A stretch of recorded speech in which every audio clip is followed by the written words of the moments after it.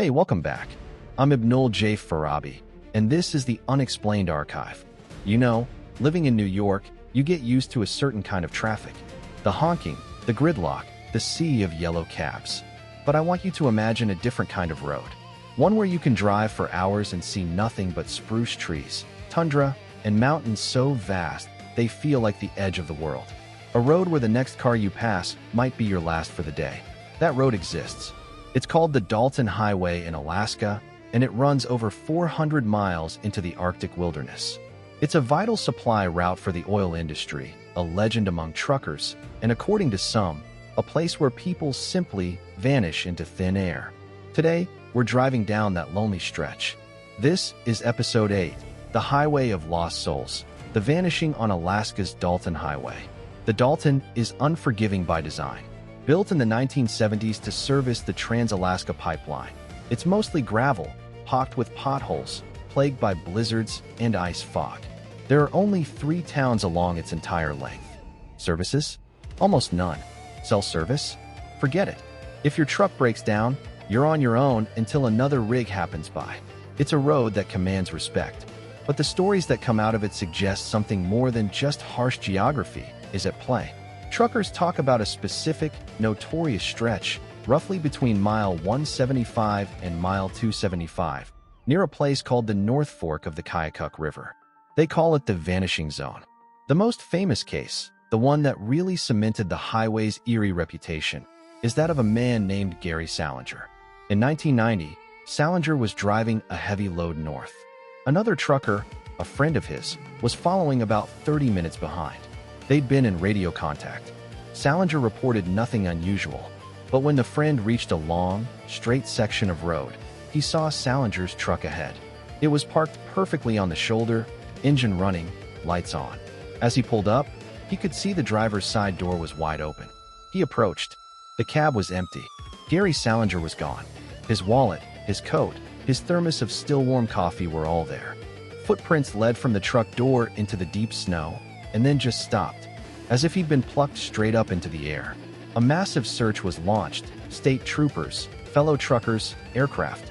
No trace of him was ever found. Not a single shred of evidence. It was as if the highway itself had swallowed him whole. Now, the rational explanations are the first place any engineer, like myself, goes. This is extreme wilderness. There are predators, bears, wolves. The weather can kill you in minutes. Hypothermia can cause paradoxical undressing, where victims, confused, strip off their clothes and wander off. But Salinger's case resists that. The stopped footprints, the running truck, the sheer speed of the disappearance, in the brief window between radio contacts. It feels intentional, and his story isn't unique. Over the decades, state troopers have filed reports on dozens of similar incidents along the Dalton. Drivers found miles from their vehicles, disoriented, with no memory of how they got there.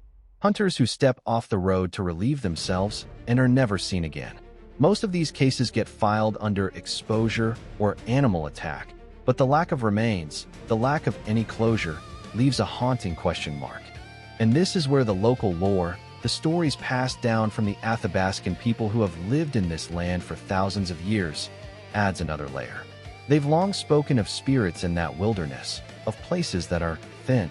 They tell of Urolai, tall, hairy creatures said to wander the remote valleys, and of other, less tangible presences that don't like to be disturbed. The Dalton Highway, you see, isn't just a road. It's a massive scar cut through a sacred, ancient landscape. The pipeline itself, that giant metal vein running alongside the road, carries the lifeblood of the modern world straight through a place that time forgot. Could it be, as some researchers and tribal elders suggest, that the road has upset something? That it acts as a conduit not just for oil, but for something else? Some truckers whisper about strange lights, not auroras, that dart between the peaks. About radio static that forms into faint, unidentifiable voices. About a feeling of being watched, so intense it becomes a physical pressure in the cab. I think about this a lot. As an entrepreneur, I build things. I solve problems with logic and code and circuitry. But as a storyteller, I recognize that some mysteries defy our schematics. The Dalton Highway presents a perfect storm of factors: immense physical danger, profound isolation, and a deep, cultural memory of the unknown. When you're alone in that vastness, with the endless hum of your engine and the spectral glow of the pipeline, your mind can turn anything into a monster.